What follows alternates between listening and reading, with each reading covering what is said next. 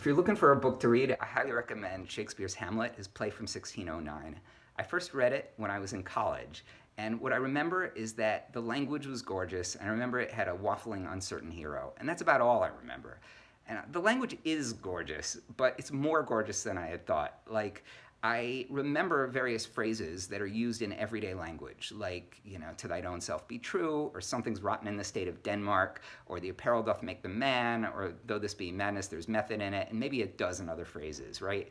But even the non famous phrases are gorgeous. Like, instead of saying, we're not the most fortunate, they'll say, on fortune's cap, we are not the very button. Or instead of saying, I feel sad or sorrowful, they'll say, with tristful visage. Or instead of saying, reveal who you are, they'll say, stand and unfold yourself. Or when sorrows come, they come not single spies, but in battalions. I just think that's amazing. Also, the play, is full of wisdom, and it's full of a special kind of wisdom that we're trapped in our own concerns, even if we know they're just our concerns, and even if we know that we're trapped in them.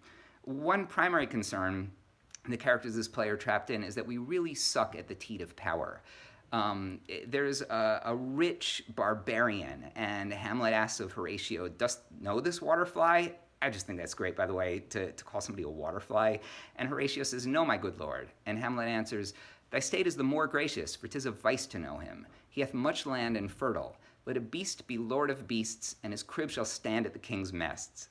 I think that's just amazing. Like you could say that today of a rich executive who's just a lousy person, or you could say that of the president of the United States. Just if they've got money, they're going to get the attention, and people are going to not only pay him tribute, but they're also going to say they like him, which is that's super cool.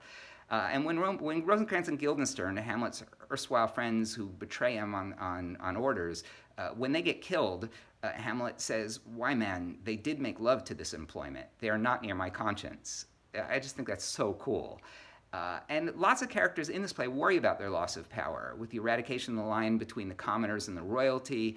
Even Shakespeare seems to worry about the loss of power of his own place in the theater, talking about actors who overact, or the fatter troops or child actors.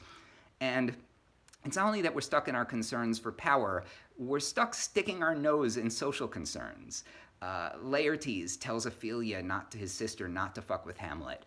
And Hamlet is telling Gertrude not to fuck with Claudius. And Hamlet's begrudging Claudius's drinking. And Polonius is a fool, telling everybody everything. But he's a fool not because his advice is wrong, by the way. He tells Rinaldo how to get information out of Danish expatriates in Paris.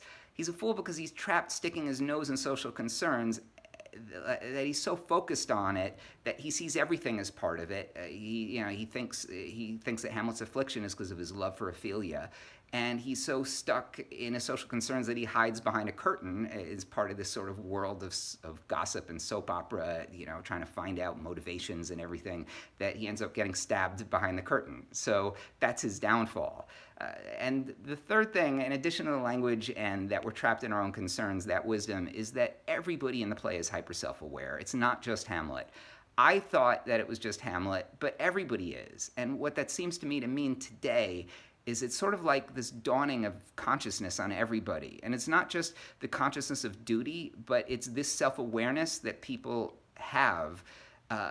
It's not just their actions, but it's their responsibility as well. So it seems like this consciousness is a gift from the heavens, gifting us with a new morality.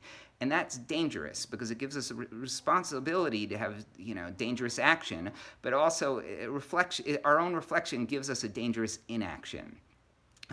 When a character talks about theater, he knows that he's talking about his own concern and going on too long.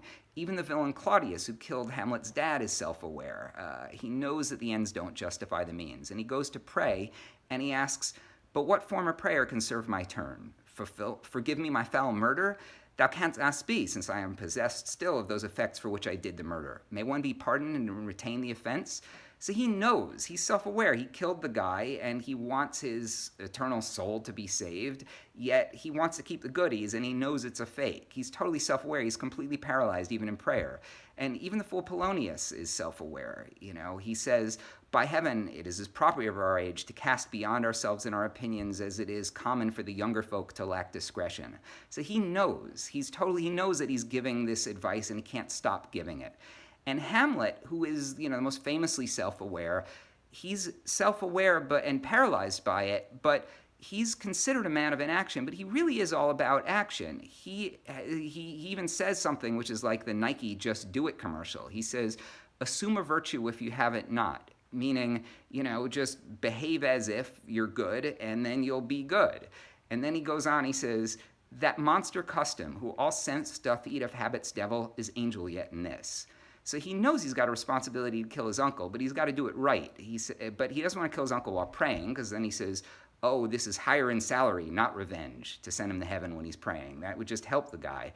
And that's what screws him up, that killing somebody right, it's really a difficult and paradoxical thing. And he's totally aware of this inaction.